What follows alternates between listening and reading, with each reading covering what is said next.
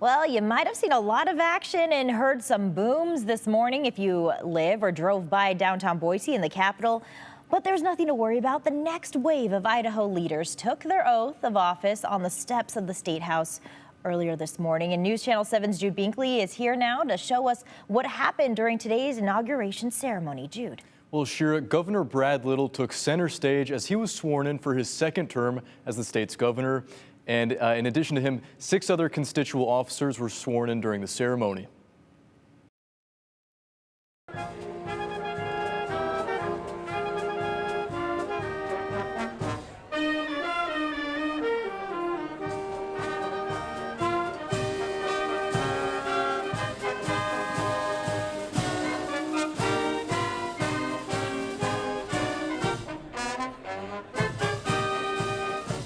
Inauguration Day in Idaho, the state's 49th ceremony to swear in our constitutional officers. The office of governor. To the best of my ability. To the best of my ability. So help me God.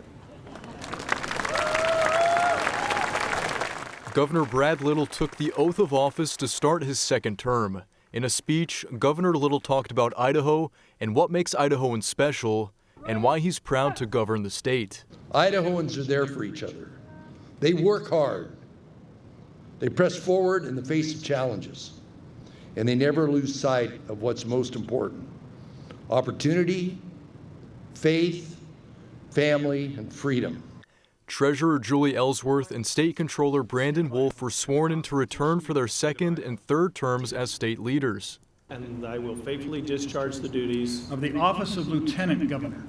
And 4 familiar faces, but in new roles. Lieutenant Governor Scott Bedke, Secretary of State Phil McGrain, Attorney General Raul Labrador, and Superintendent of Public Instruction Debbie Critchfield. No matter how much things seem to change around us, and change is inevitable, our Idaho values never seem to drift away from us.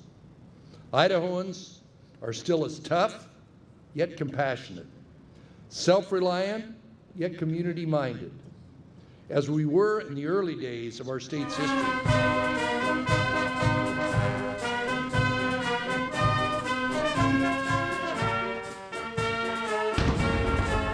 The ceremony also brought the pomp and circumstance with a 19-round cannon salute and the Idaho National Guard 25th Army Band.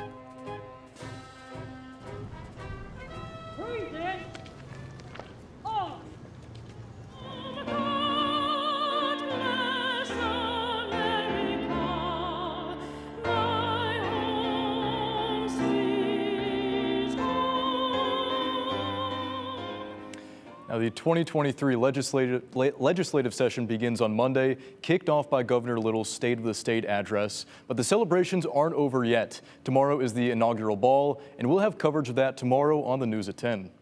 All right, yeah, it's quite the event. Thanks, Jude.